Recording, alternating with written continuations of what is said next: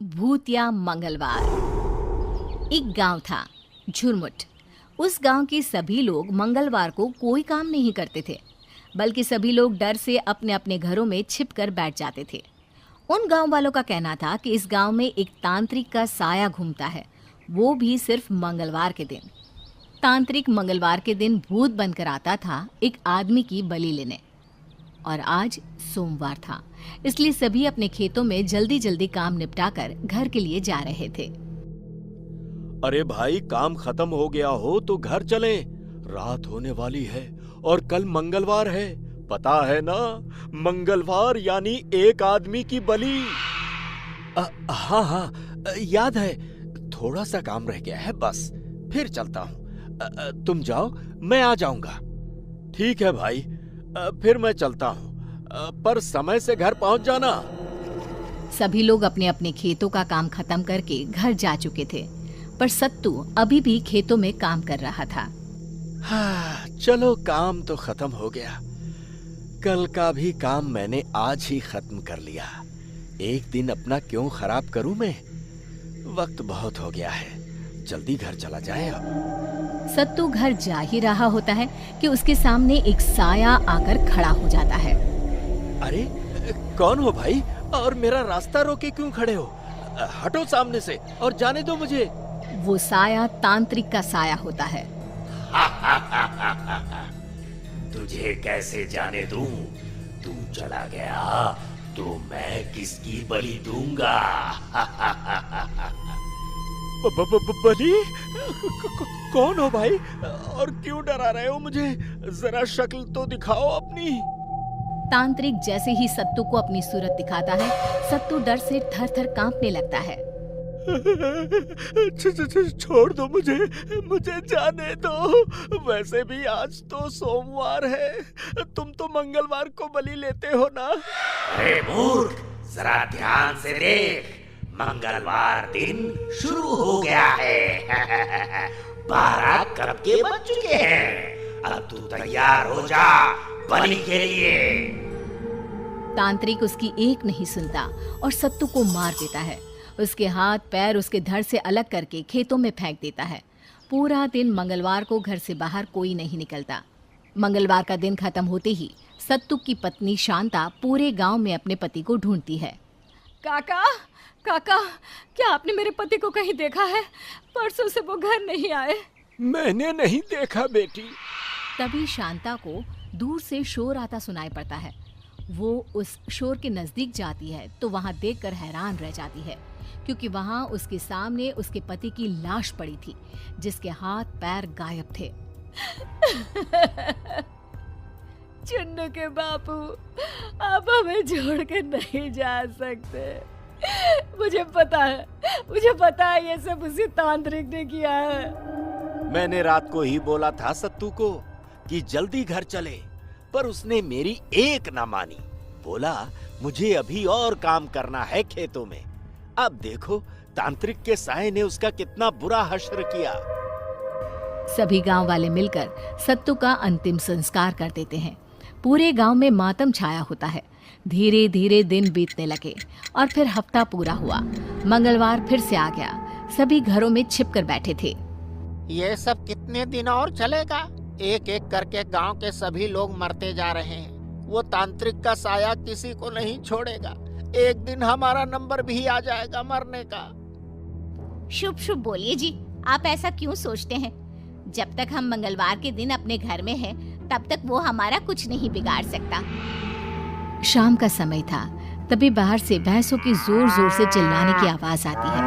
वो भैंसें बंसी की ही होती है। ये भैंसें इतना काहे चिल्ला रही है? इनके लिए तो मैंने पहले से ही पानी और चारा रख दिया था, फिर क्या हुआ? अरे भगवान, हो सकता है उनके नजदीक कोई सांप हो। ये गांव है, खुले में सांप बिच्छू तो घूमते ही रहते हैं। अब क्या करें? कहीं भैंसों को काट लिया तो?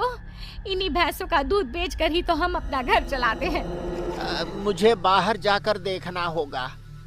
आज मंगलवार है और आप बाहर जाने की बात कर रहे हैं। नहीं नहीं, मैं आपको बाहर नहीं जाने दूंगी।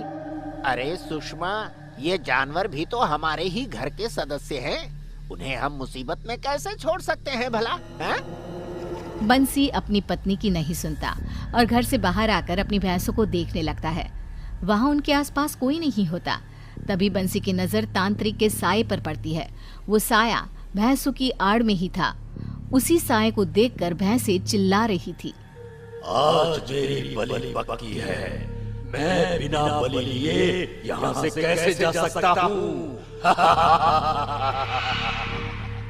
छोड़ दो मुझे जाने दो। मेरे छोटे छोटे बच्चे हैं, रहम करो मुझ पर। वहां दूर खिड़की से सुषमा ये सब देखकर जोर जोर से चिल्लाने लगती है। अरे गांव वालों, तांत्रिक से मेरे पति को बचाओ, नहीं तो वो मेरे पति की भी बलि चढ़ा देगा। पर उसकी आवाज सुनकर कोई भी अपने घर से बाहर नहीं निकलता।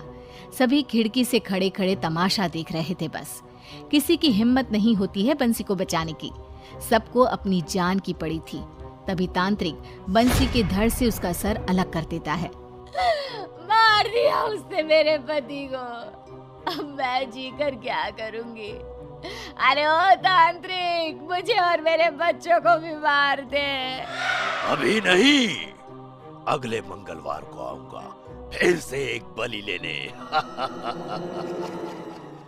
तांत्रिक डरावनी हंसी हंसते हुए वहां से गायब हो जाता है। फिर से गांव में मातम छा जाता है। सुबह होते ही सभी गांव वाले सरपंच के पास जाते हैं। सरपंच जी, ये सब कब तक चलेगा?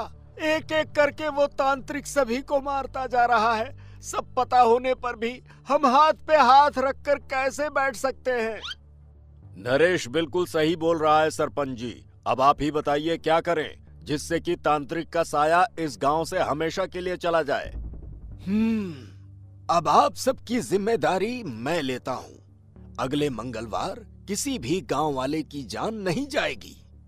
मतलब क्या है आपका सरपंच जी? किसी की जान नहीं जाएगी? कुछ समझ में नहीं आया। मतलब ये है कि हमारे पास एक हफ्ता है। अगर मैं कुछ नहीं कर पाया तो मैं खुद तांत्रिक के सामने अपनी बलि दे दूंगा। सरपंच की ये बातें सुनकर सभी हैरान रह जाते हैं। अगले दिन सरपंच बड़ी गहरी सोच में डूबा हुआ हुक्का पी रहा था। तभी शहर से उसका पोता मानव वहां आता है। बताओ तो कौन है? इन हाथों के स्पर्श को मैं कैसे भूल सकता हूँ? ये हाथ मेरे पोते मानव के हैं। दादाजी, आपने मुझे झट से पहचान लिया, वो भी बिना देखे। मानव अपने दादाजी के पैर छूता है। दादाजी, आप कैसे हैं? अच्छा, पहले ये बताइए, मैंने देखा आप बड़ी गहरी सोच में बैठे हुए थे। ऐसा क्या सोच रहे थे कि मेरे आने की आहट भी आपने नहीं सुनी? हमेशा तो आप मेरी आहट से ही मुझे जान जाते थे। ऐसा कुछ नहीं है। अच्छा बताओ, मेरा मानव बेटा कैसा है? शहर का खाना खाने से तू कितना दुबला पतला हो गया है। मेरी बात दादाजी ने काट दी। मुझे लगता है जरूर कोई खास बात है जो दादाजी मुझे बताना नहीं चाहते। अच्छा दादाजी, मैं जरा अपने दोस्तों से मिलकर आता हूँ। मानव अपने दोस्तों से मिलने जाता है। उसे वहां से पता चलता है तांत्रिक के बारे में और इस मंगलवार सरपंच क्या करने वाले थे उसके बारे में भी। शायद दादाजी यही सोच रहे थे, इसलिए उदास दिख रहे थे। मैं उन्हें मरने नहीं दूंगा। मानव मंगलवार आने का इंतजार करता है। आखिर मंगलवार का दिन आ ही गया। मानव बेटा, आज तुम घर से बाहर मत जाना, अंदर ही रहना। ऐसा क्यों दादाजी? मैं तो जरूर जाऊंगा। अरे नहीं नहीं बेटा, तू अपने दादाजी की बात नहीं मानेगा क्या? दादाजी, मुझे सब पता चल गया है। आज उस तांत्रिक को आप नहीं, मैं दूंगा अपनी बलि। इतना बोलते ही मानव घर से बाहर चला जाता है। तभी उसके सामने तांत्रिक का साया आकर खड़ा हो जाता है। आज इसे मेरे हाथों से कोई नहीं बचा सकता। जैसे ही तांत्रिक मानव को मारने के लिए हाथ उठाता है, मानव के शरीर से एक तेज रोशनी निकलकर तांत्रिक को पीछे धकेल देती है। ये क्या था? मैं इतना कमजोर क्यों महसूस कर रहा हूँ? और वो रोशनी कैसी थी? हाँ? मानव भी ये देखकर हैरान था। तभी उसे याद आता है कि उसने हनुमान जी का लॉकेट पहना है। ये सब उसी लॉकेट का चमत्कार है। अब ये लॉकेट ही हमें बचाएगा और इस तांत्रिक के साये को भगाएगा यहाँ से हमेशा के लिए। मानव जैसे ही वो लॉकेट तांत्रिक के सामने करता है, तांत्रिक डर के वहां से भाग जाता है और फिर कभी नहीं आता उस गांव में।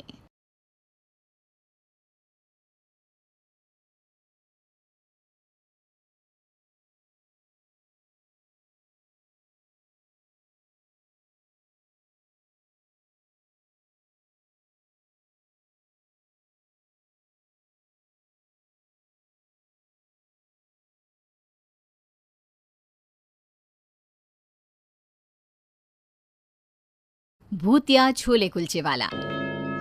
एक छोटे से शहर में रामू नाम का एक आदमी अपनी पत्नी और बच्चों के साथ रहता था।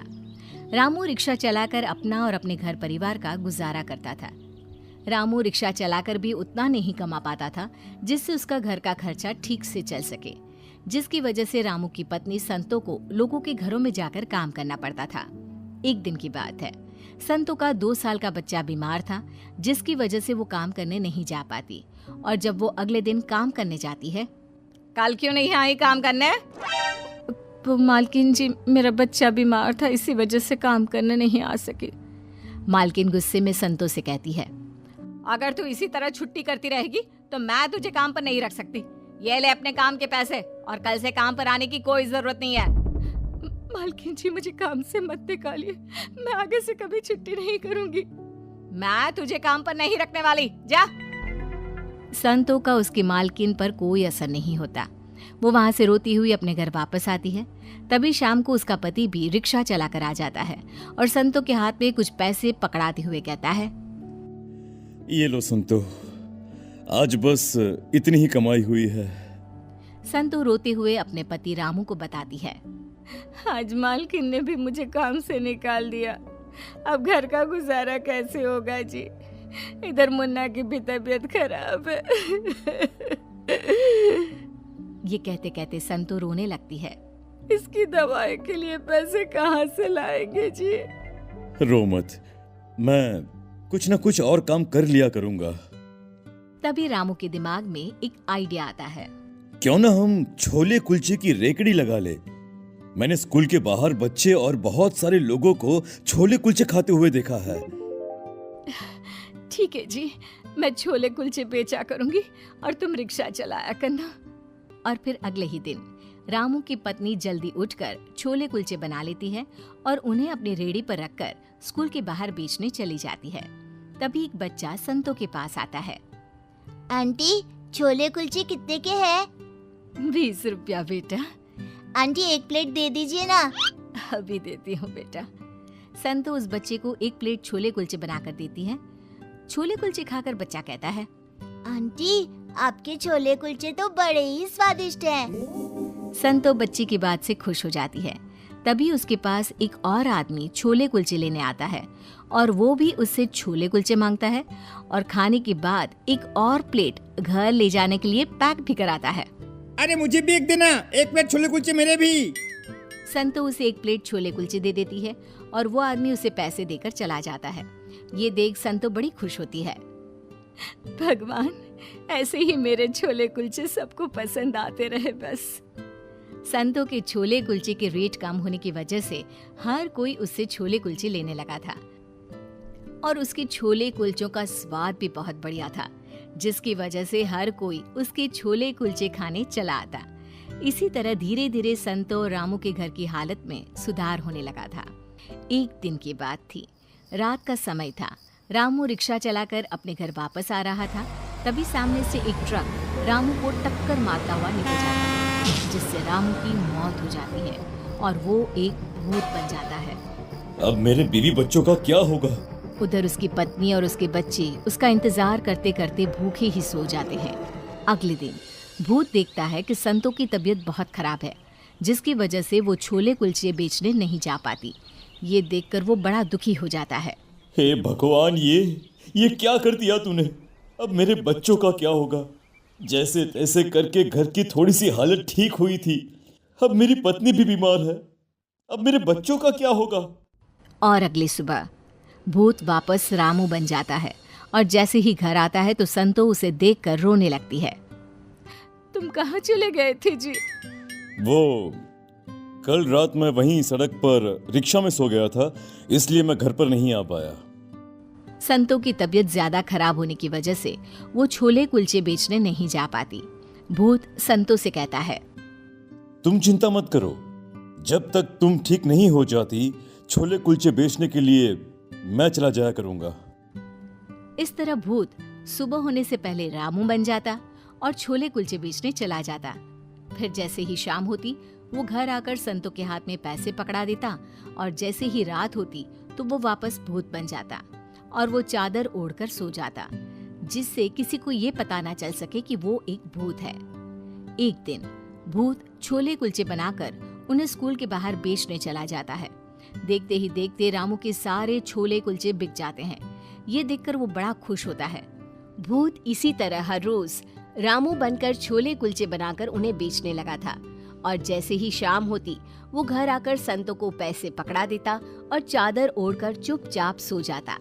ऐसे तो जल्द ही मेरे घर की गरीबी दूर हो जाएगी और मेरे बच्चों को किसी भी चीज की कमी भी नहीं होगी। इस तरह अब संतो के घर में पैसों की कोई कमी नहीं थी।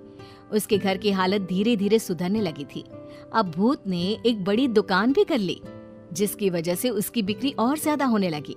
अब तो संतो भी बड़ी खुश थी कि उसे लोगों के घरों में काम नहीं करना पड़ता था। उसके बच्चे भी अच्छा खा पी रहे थे और एक अच्छा घर भी था उसके पास।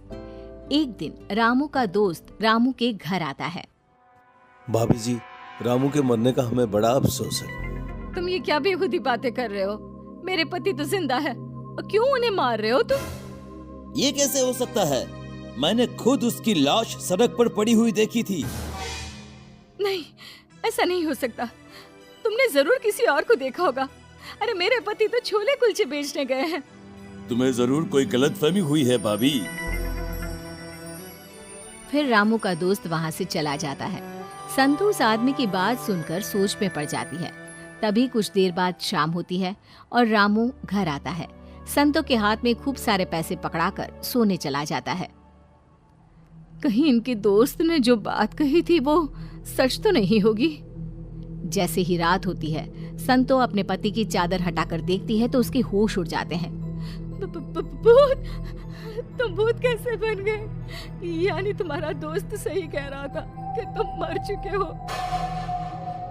हाँ, ट्रक के कुचलने की वजह से मेरी मौत हो गई थी, पर जब मैंने तुम्हें बीमार हालत में देखा तो मुझसे देखा नहीं गया और फिर मैं छोले कुलचे बेचने लगा, जिससे कि तुम लोगों को कभी किसी भी चीज की कोई भी कमी ना आ सके। अब तुम्हें कभी भी कोई भी चीज की कमी नहीं होगी। अब छोले कुलचे की दुकान बहुत ही अच्छी तरह से चलने लगी है। अब जब तुम लोगों को पता चल गया है तो मुझे जाना होगा, और वैसे भी अब तुम्हें किसी भी चीज की तकलीफ नहीं होगी। तुमने हमारे लिए कितना कुछ किया। भूत बनने के बाद भी हमारा अच्छे से ध्यान रखा। संतो, अब मुझे जाना होगा। अपने परिवार को सुखी देख रामू की आत्मा को मुक्ति मिल जाती है और वो वहां से हमेशा के लिए चला जाता है।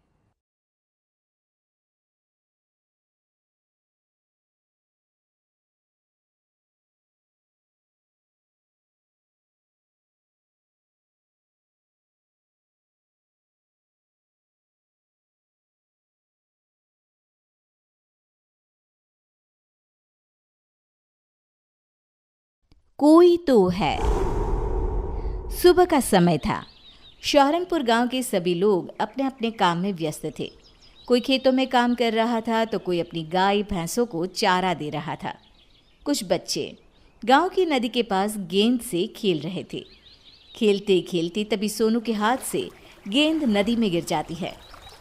सोनू, तूने मेरी गेंद फेंकी है नदी में तो तू ही लाकर देगा। पर मैंने जानबूझकर तो नहीं फेंकी, तुम सबने देखा। मुझे कुछ नहीं पता, मुझे बस मेरी गेंद चाहिए। अरे छोड़ो ना, तुम दोनों एक गेंद के पीछे लड़ाई क्यों कर रहे हो? एक गेंद ही तो है ना, दूसरी खरीद लेंगे। वो गेंद मेरे मामा शहर से मेरे लिए लाए थे, जो इसने अभी अभी नदी में फेंक दी। तो बड़ी इसकी तरफदारी कर रहा है। तू ही क्यों नहीं ला देता मेरी गेंद? हाँ हाँ ठीक है, मैं ही लाऊंगा तेरी गेंद। पिंटू तरुण की गेंद लाने के लिए नदी में जाता है। सोनू उसे जाने से बहुत मना करता है क्योंकि गेंद पानी के बहाव से बहुत दूर जा चुकी थी, पर वो सोनू की एक नहीं सुनता और नदी में चला जाता है। नदी में जाते ही उसका पैर फिसल जाता है और वो ज़ोर ज़ोर से चिल्लाने लगता है, बचाओ बचाओ कोई मुझे, मैं डूब रहा हूँ।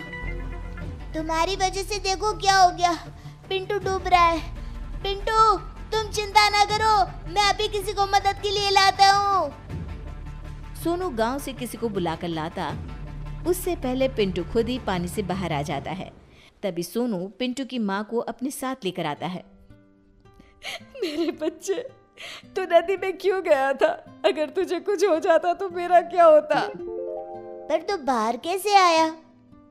मुझे ऐसा लगा जैसे किसी ने मुझे पकड़कर नदी से बाहर निकाला है, पर जब मैंने अपने पीछे मुड़कर देखा तो वहाँ कोई नहीं था। पर माँ, सच में कोई तो था। अरे किसी ने भी बचाया हो, मेरा बच्चा बच गया, बस मुझे और क्या चाहिए। चल अब घर चलते हैं। बात को टालते हुए रामती और बाकी बच्चे वहां से अपने अपने घर चले जाते हैं। अगले दिन सुबह सुबह कल्लू अपनी पत्नी को खूब मार रहा होता है क्योंकि एक तो उसने नशा किया हुआ था, ऊपर से आज रेखा से सब्जी में थोड़ा नमक तेज हो गया था। इतना घटिया खाना कौन बनाता है? आज से तू इस घर में नहीं रहेगी, निकल जा यहाँ से। मुझे माफ कर दीजिए, आगे से मैं ध्यान से खाना बनाऊंगी, बस मुझे घर से ना निकालिए।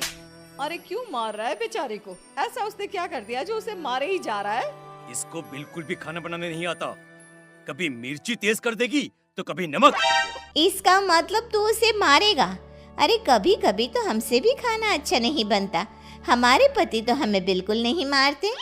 पर मैं आज इसे नहीं छोड़ूंगा, ये तभी सुधरेगी। कल्लू अपनी पत्नी पर जैसे ही हाथ उठाने वाला होता है, कल्लू के सर पर पीछे से कोई थप्पड़ मारता है। कल्लू पीछे मुड़कर देखता है तो पीछे कोई नहीं होता। वो फिर अपनी पत्नी पर हाथ उठाता है, अब के उसे पीछे से कोई तेज धक्का देकर नीचे गिरा देता है। कौन है जो मुझे मार रहा है? पास में पड़ा डंडा अचानक हवा में उड़ते हुए आता है और कल्लू को जोर जोर से मारने लगता है। पूरा गांव ये दृश्य आंखें फाड़ फाड़ कर देख रहा होता है। अरे अरे अरे कौन है जो मुझे इतना मारे जा रहा है? दिखाई क्यों नहीं देता तू? मैं अब कभी अपनी पत्नी को नहीं मारूंगा, जैसा बनाएगी वैसा ही खा लूंगा चुपचाप। अब मुझे छोड़ दो। कल्लू के इतना कहने पर डंडा रुक जाता है और नीचे गिर जाता है। उसकी पत्नी उसे उठाकर अपने साथ घर के अंदर ले जाती है। ये तो चमत्कार ही हो गया, ऐसा तो मैंने कभी नहीं देखा। आखिर ये कैसे हो सकता है? सामने कोई दिखाई नहीं पड़ रहा था और डंडा अपने आप कल्लू को पीटे जा रहा था। कुछ भी हो भीमा भाई, जो हुआ बहुत अच्छा हुआ।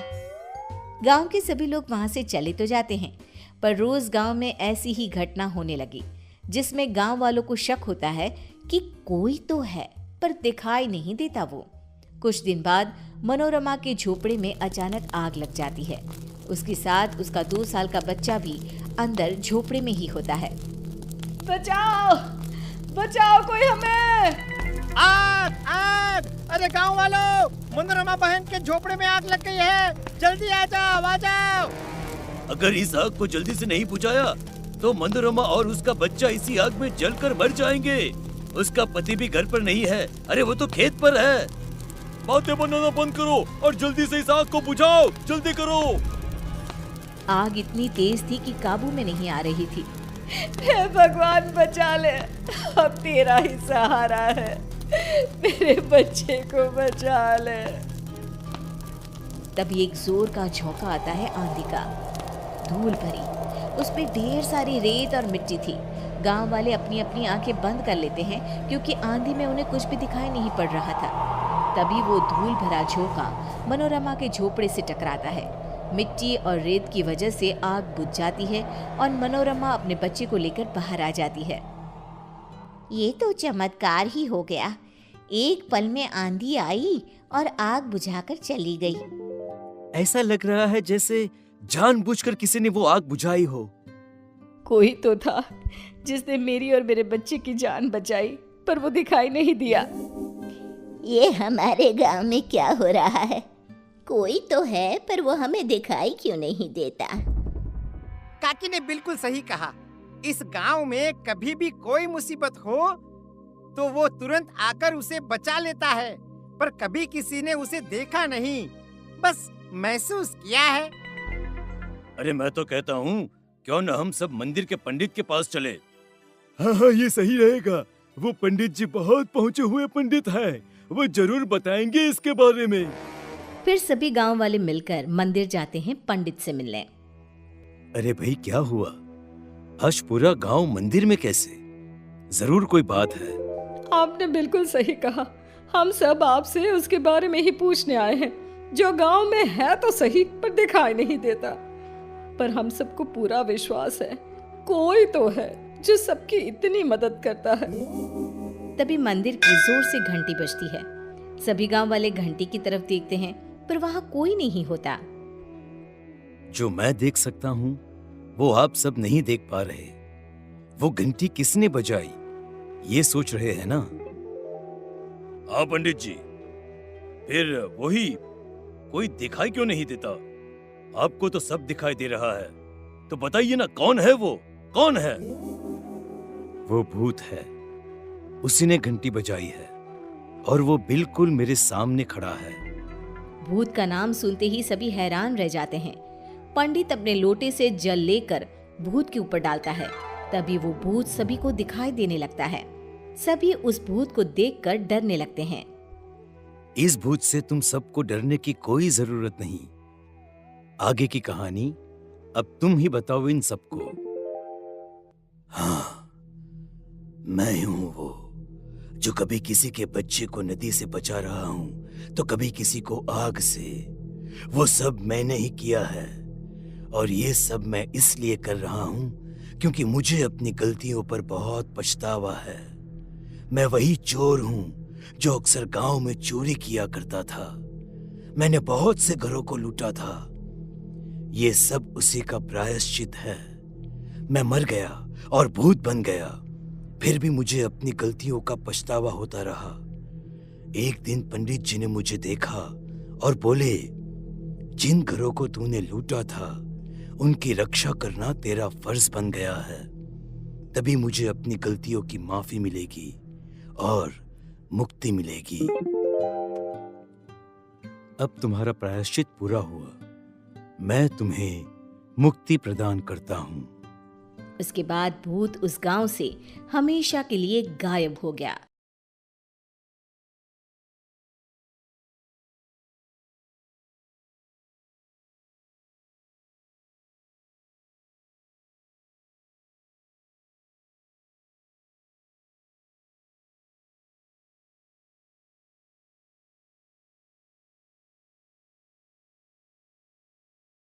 शहर की डायन। श्वेता नाम की एक लड़की थी। उसकी उम्र थी 22 साल और कंजोर नाम के शहर में जॉब करती थी। शहर में किराए के मकान में अकेली ही रहती थी। उसके घर वाले गांव में रहा करते थे। श्वेता का रोज शहर के हाईवे वाले रोड से जॉब से घर का आना जाना रहता था। एक रात को श्वेता जॉब से देरी से आती है। रात को जब वो हाईवे वाले रोड से आ रही होती है, सुमसाम सड़क पर चलते हुए वो देखती है कि कुछ लड़के शराब पीकर गाड़ी चला रहे हैं। वो लड़के बिल्कुल नशे में होते हैं, जिसकी वजह से वो गाड़ी टेढ़ी मेढ़ी चला रहे होते हैं। हे भगवान, कितने गंदे लड़के हैं! शराब के नशे में धूत होकर गाड़ी चला रहे हैं और कितनी बुरी तरीके से गाड़ी चला रहे हैं। अगर एक्सीडेंट हो गया तो इन्हें चोट आ सकती है। फिर श्वेता देखती है कि वो लड़के नशे में गाड़ी उसी की तरफ घुमा रहे हैं। गाड़ी श्वेता की तरफ ही आ रही थी। लड़के इतने होश में नहीं थे कि वो ये देख पाते कि कोई गाड़ी के सामने है। उनका अब गाड़ी पर कंट्रोल नहीं रहता और गाड़ी श्वेता को टक्कर मार देती है। श्वेता का एक्सीडेंट हो जाता है। गाड़ी सड़क के कोने में जाकर ठुक जाती है, जिसकी वजह से उन लड़कों को भी बहुत चोट आती है। श्वेता की एक्सीडेंट में ही मौत हो जाती है। सुबह जब उस हाईवे पर पुलिस घूम रही होती है तो वो देखती है कि एक गाड़ी सड़क के कोने में ठुकी हुई है। ये देखकर पुलिस वाले आपस में बात करने लगते हैं। लगता है कि गाड़ी का एक्सीडेंट हुआ है। अंदर ये 3-4 लड़के भी बैठे हैं और गाड़ी में कुछ शराब की बोतलें भी मिली हैं। लगता है कि एक्सीडेंट शराब के नशे में धुत होने की वजह से हुआ है। हाँ, लगता तो ऐसा ही है। इस मामले की पूरी तरह से तहकीकात करेंगे। देखते हैं कि इस सड़क पर और क्या क्या सुराग मिलते हैं। वो दोनों पुलिस वाले उस सड़क पर थोड़ा और आगे जाते हैं तो उन्हें सड़क पर श्वेता की लाश पड़ी हुई मिलती है। उसका शरीर खून से पूरा लिपटा पड़ा था। ये देखो, ये लड़की की लाश। लगता है कि इसका उसी गाड़ी से एक्सीडेंट हुआ है। हाँ, मुझे भी यही लगता है। पर ये लड़की है कौन, कहाँ रहती है, नाम क्या है इसका? ये देखो, वहां सड़क के कोने में वो बैग शायद इसी लड़की की लगती है। फिर दोनों पुलिस वाले उस बैग से उस लड़की के बारे में कुछ ढूंढने लगते हैं। उनको श्वेता का आई कार्ड मिलता है जिससे उसका नाम और घर का पता मिलता है। अच्छा, तो इस लड़की का नाम श्वेता है। फिर पुलिस वालों ने श्वेता का घर का पता नोट कर लिया। अब हमें श्वेता की मौत की खबर इनके घर वालों को देनी पड़ेगी। जब पुलिस वाले श्वेता के घर पहुंचते हैं तो मकान मालिक उनसे कहता है कि श्वेता का घर वाला कोई रहता ही नहीं है। उसके घर वाले तो गांव में रहते हैं। वो यहाँ अकेली रहती थी, जॉब करती थी, जॉब से सीधा घर आती थी। ये सुनकर कि श्वेता के घर वाले वहाँ नहीं रहते, पुलिस वाले इस मामले पर ज्यादा गौर नहीं करते। उसी रात को जहाँ श्वेता की मौत हुई थी वहाँ एक डायन बैठी हुई थी। वो श्वेता की आत्मा थी जो एक्सीडेंट होने के बाद शरीर से निकलकर डायन बन गई। मेरी मौत उन लड़कों की वजह से हुई क्योंकि उन्होंने शराब पी रखी थी। मुझे रात को इस शहर में जो भी मिलेगा मैं उसे मार दूंगी। इतना कहकर डायन रात को पूरे शहर का चक्कर लगाने लगती है। डायन अब रोज रात को आया करती और उसे जो भी शहर में रात को शराब पीता हुआ मिलता उसे मार देती। चूंकि वो शहर था इसलिए वहाँ ज्यादा लोग शराब पिया करते थे और उन्हें डायन मार दिया करती थी। पुलिस के पास इस हादसे की कंप्लेंट्स ज्यादा आने लगी तो पुलिस भी चिंता में पड़ गई कि आखिर यह कत्ल कौन कर रहा है। पुलिस को ये तो समझ में आ रहा था कि कत्ल सिर्फ उसी का हो रहा है जो शराब पीता है। पूरे शहर में ये बात फैल गई। लोगों ने शराब पीना बंद कर दिया, पर एक ऐसा इंसान भी था जिसका इस बात पर बिल्कुल विश्वास नहीं था। उसे इस बात का कोई डर नहीं था और वो था श्वेता के घर का मकान मालिक। एक बार श्वेता के घर का मकान मालिक रात को अपने घर के बाहर बैठकर शराब पी रहा था। अरे भाई वाह, आज तो मैं जमकर शराब पीऊंगा, मजा आ जाएगा। आज तो बीवी भी घर पे नहीं है। मकान मालिक शराब की बोतल खोल ही लेता है कि तभी पीछे से कुछ आवाज आती है। ऐसे लगता है जैसे पीछे कोई खड़ा हो। मकान मालिक जब पीछे मुड़कर देखता है तो वो बहुत डर जाता है। वो देखता है कि एक डरावनी डायन उसके पीछे खड़ी हुई है। डायन ने मकान मालिक के कंधे पर हाथ रखा। मकान मालिक ये देखकर बहुत डर गया। इससे पहले कि वो चिल्लाता, डायन ने उसके सर पर शराब की बोतल दे मारी और मकान मालिक मर गया। फिर डायन वहां से चली गई। सुबह पुलिस ने जब मकान मालिक की लाश देखी तो वो भी डर गए। अब ज्यादा पुलिस वाले वहां पर तैनात हो गए थे। अब तो कोई ना कोई उपाय निकालना ही पड़ेगा। अगर ऐसे ही शहर के लोग मरते रहे तो शहर की आबादी खत्म हो जाएगी। हाँ, उपाय तो बहुत जल्दी निकालना पड़ेगा। ऐसे हादसे शहर में बढ़ते ही जा रहे हैं।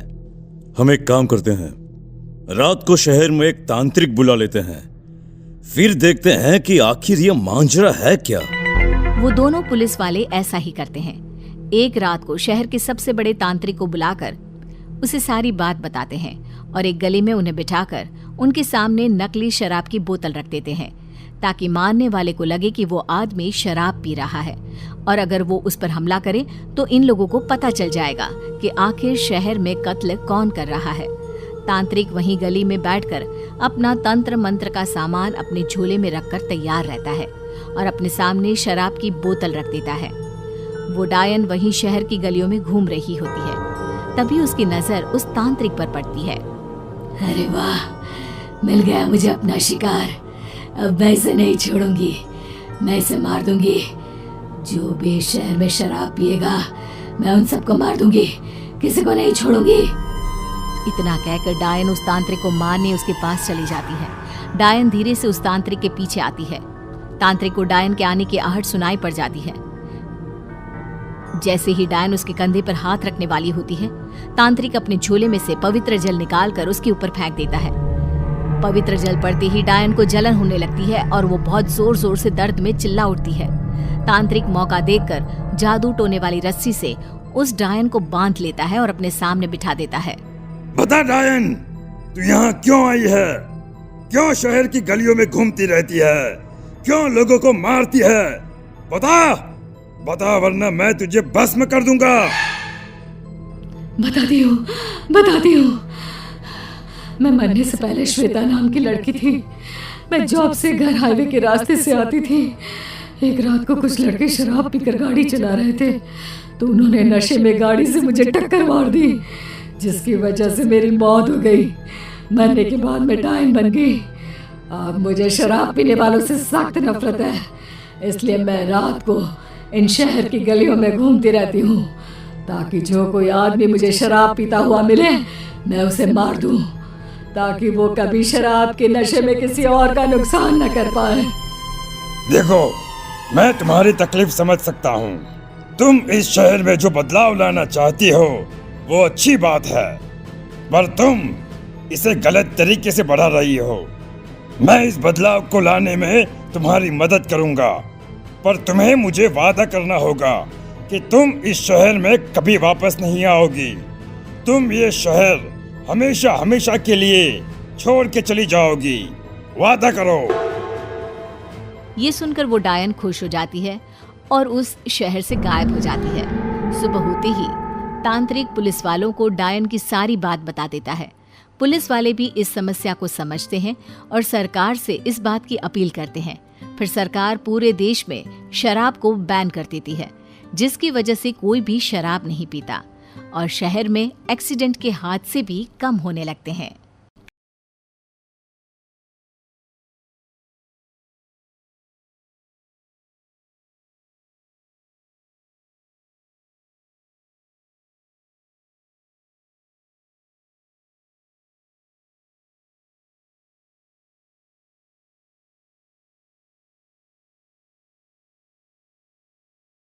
चुड़ैल बच्ची। पुनीत अपनी पत्नी आयशा को बहुत प्यार करता था। उनकी शादी को पूरे 4 साल हो गए थे। आयशा प्रेग्नेंट थी, इसलिए पुनीत आयशा को अपनी माँ के पास गांव में उसकी देखभाल के लिए लेकर जाता है। गांव पहुंचते ही आयशा अपनी सास के पैर छूती है। जुग जुग जियो और अपनी सास को जल्दी से पोता दे दो।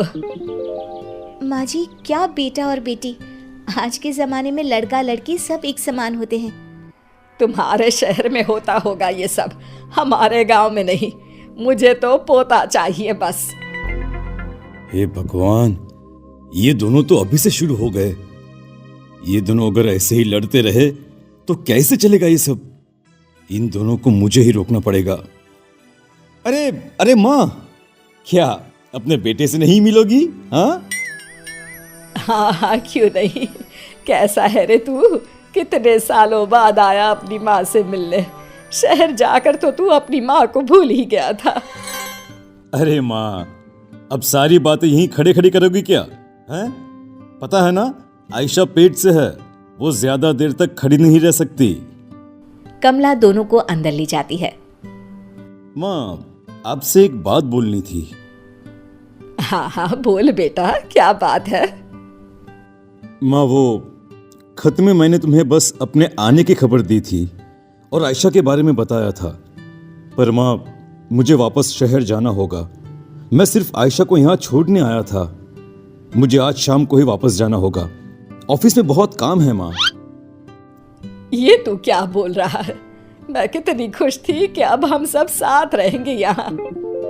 माँ प्लीज समझा करो, जाना जरूरी है मेरा। और माँ, तुमसे अच्छी सेवा आयशा की कोई और नहीं कर सकता, है ना?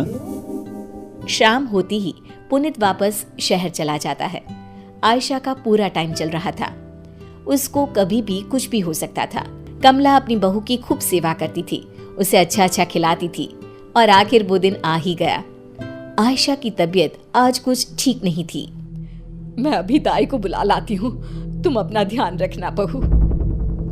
कमला दाई को बुला लाती है और कुछ ही देर में आयशा बेटी को जन्म देती है। बेटी हुई है।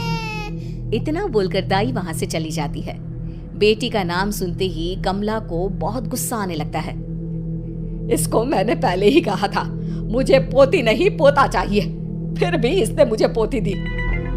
आधी रात को जब सभी सोए हुए थे, कमला चुपचाप उठती है। बच्ची अपनी माँ के पास सोई होती है।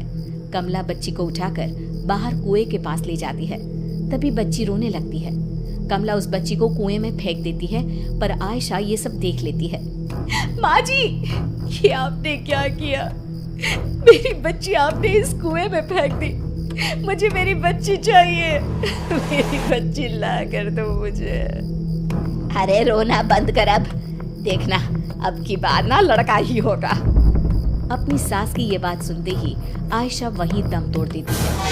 आयशा को मरा देख कमला बहुत डर जाती है, इसलिए उसे चुपचाप ले जाकर घर के पीछे गड्ढा खोदकर उसमें गाड़ देती है। कई साल बाद पुनीत गांव वापस लौटता है, ढेर सारे खिलौने लेकर। कहाँ है सब?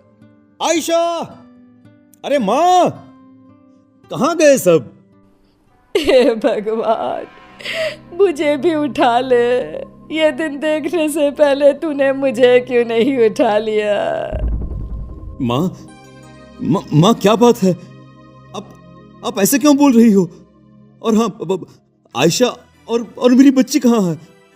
आपका खत मिला था मुझे, आपने बताया था ना मेरी बेटी हुई है, कहाँ है वो? वही तो, मेरी बहू और पोती अब इस दुनिया में नहीं है। कुछ दिन बाद ही बच्ची मर गई।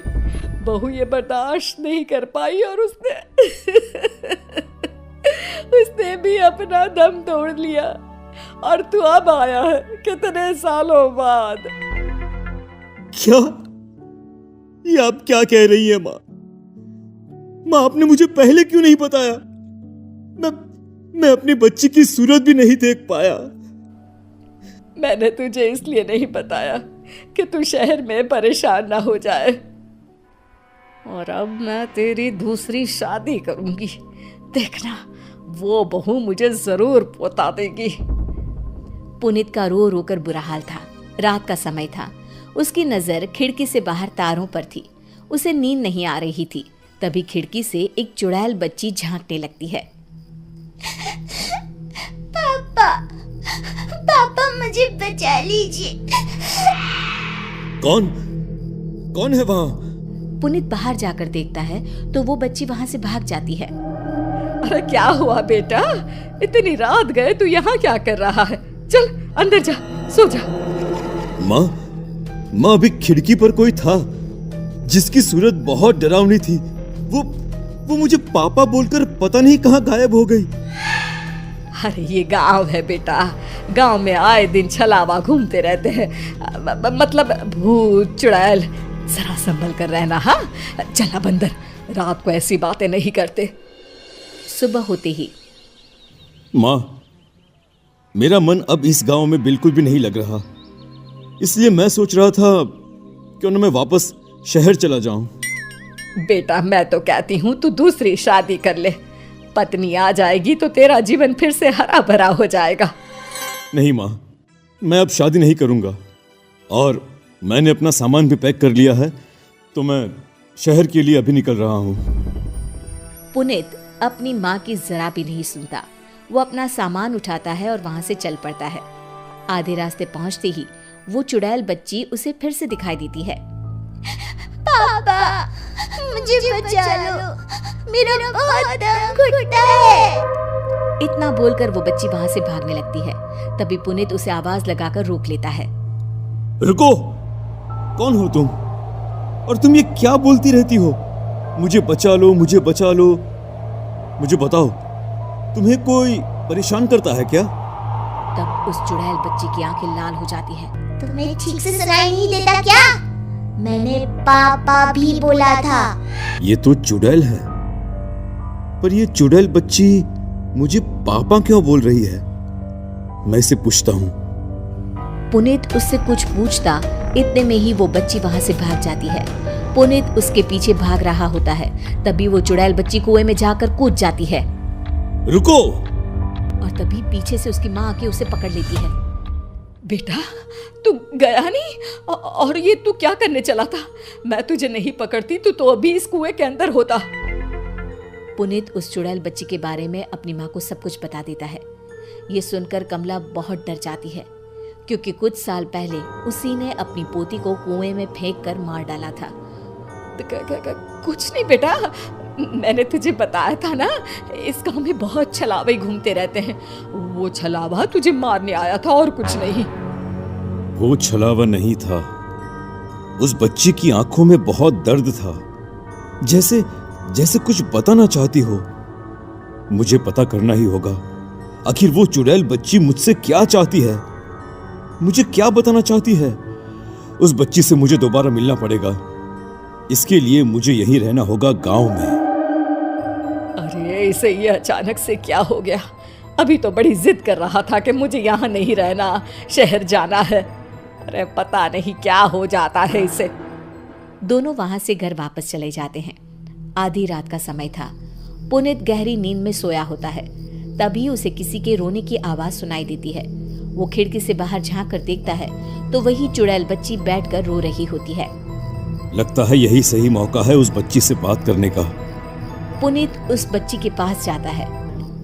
पापा, मुझे बचा लो, मुझे बहुत घुटन होती है। बेटी, बेटी क्या बात है, मुझे नहीं बताओगी? और तुम मुझे बार बार ये पापा पापा क्यों बोलती रहती हो? क्योंकि आप मेरे पापा हो। ये सुनकर पुनीत चौंक जाता है। क्या? ये तुम क्या बोल रही हो? मेरी तो कोई भी बेटी नहीं थी। पापा, शायद आप भूल गए, आपकी एक बेटी थी जिसे पैदा होते ही आपकी माँ यानी मेरी दादी ने मुझे कुएं में जिंदा ही फेंक दिया, क्योंकि उन्हें पोती नहीं चाहिए थी। मुझे कुएं में फेंकते हुए मेरी माँ ने देख लिया और ये देखते ही मेरी माँ ने वही दम तोड़ दिया। किसी को कुछ पता ना चले, इसलिए दादी ने चुपचाप घर के पीछे मेरी माँ को गाड़ दिया। बेटी, मेरी बच्ची, मेरी बेटी, आजा, आजा मेरे पास। अपने पापा के गले नहीं लगेगी क्या? आ बेटा। वो बच्ची अपने पापा के गले लग जाती है। पीछे से कमला सब देख रही थी।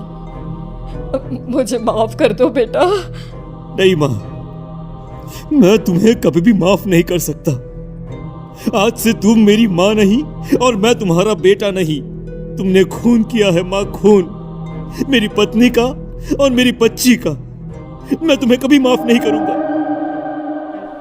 पुनीत पुलिस को बुलाकर अपनी माँ को पुलिस के हवाले कर देता है और गांव के कुछ लोगों की मदद से कुएं से बच्ची का कंकाल निकलवाकर उसका अंतिम संस्कार कर देता है। अंतिम संस्कार होते ही चुड़ैल बच्ची अपने पापा को हाथ हिलाते हुए वहां से गायब हो जाती है।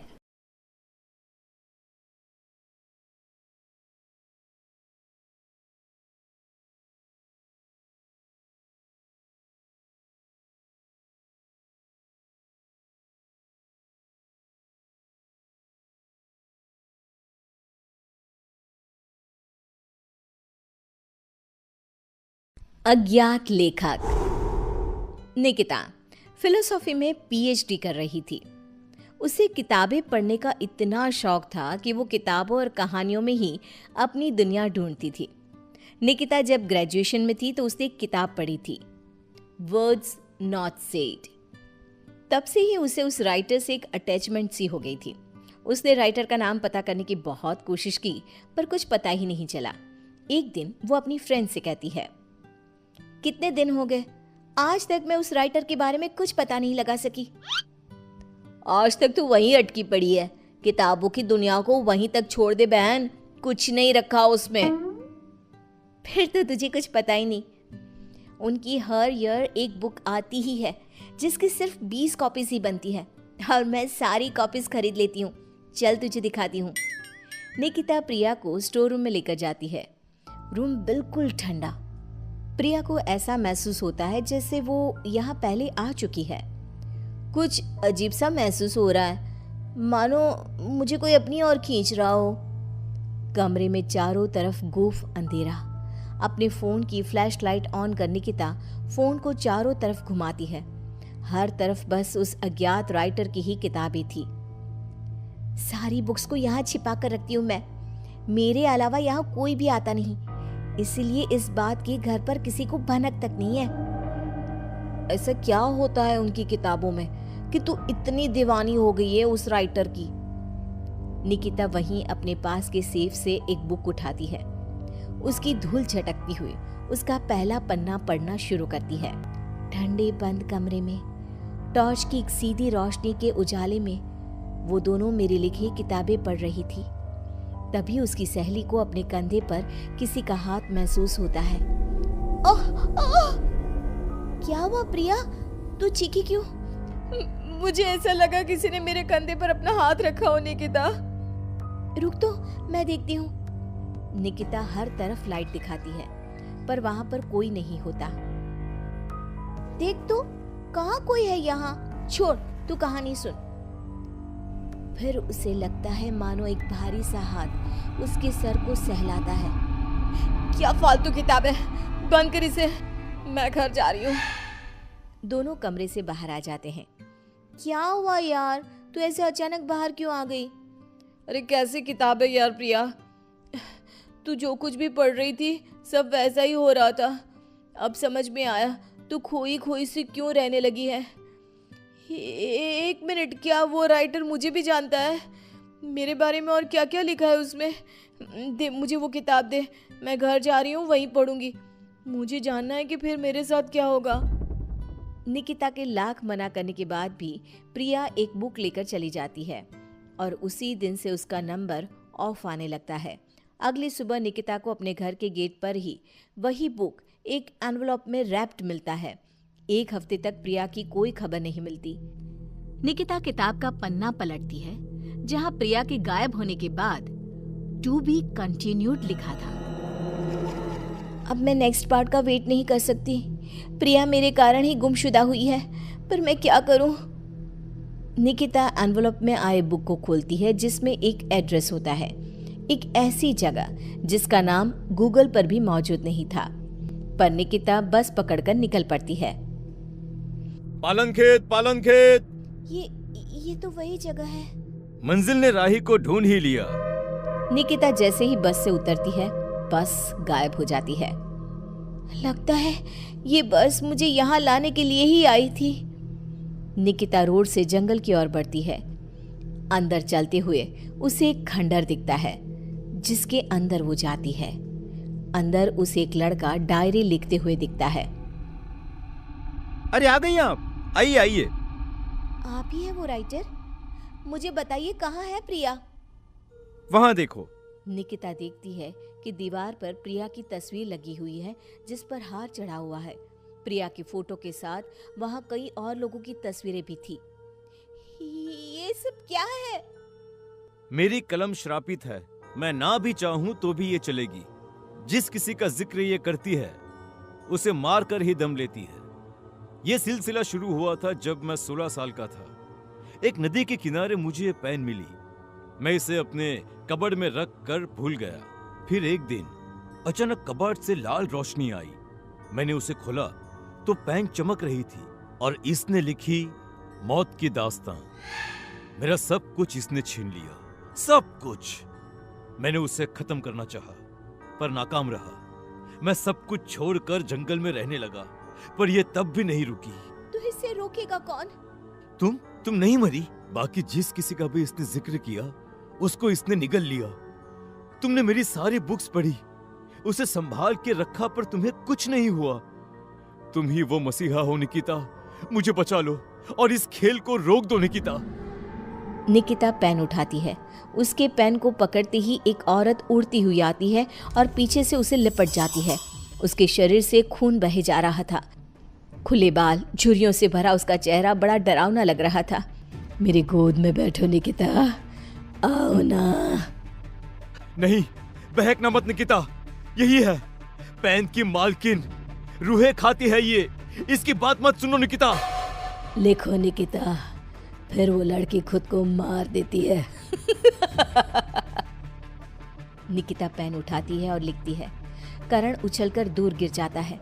आंधी तूफान चलने लग जाते हैं। दीवार पर टंगी सभी तस्वीर नीचे गिर जाती हैं। जिस चेयर पर बैठकर निकिता लिख रही थी वो उड़कर दीवार से टकरा जाती है।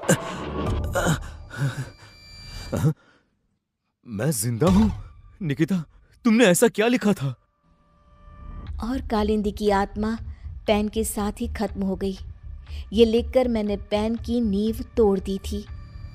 दोनों उस हवेली से बाहर आ जाते हैं और हवेली गायब हो जाती है।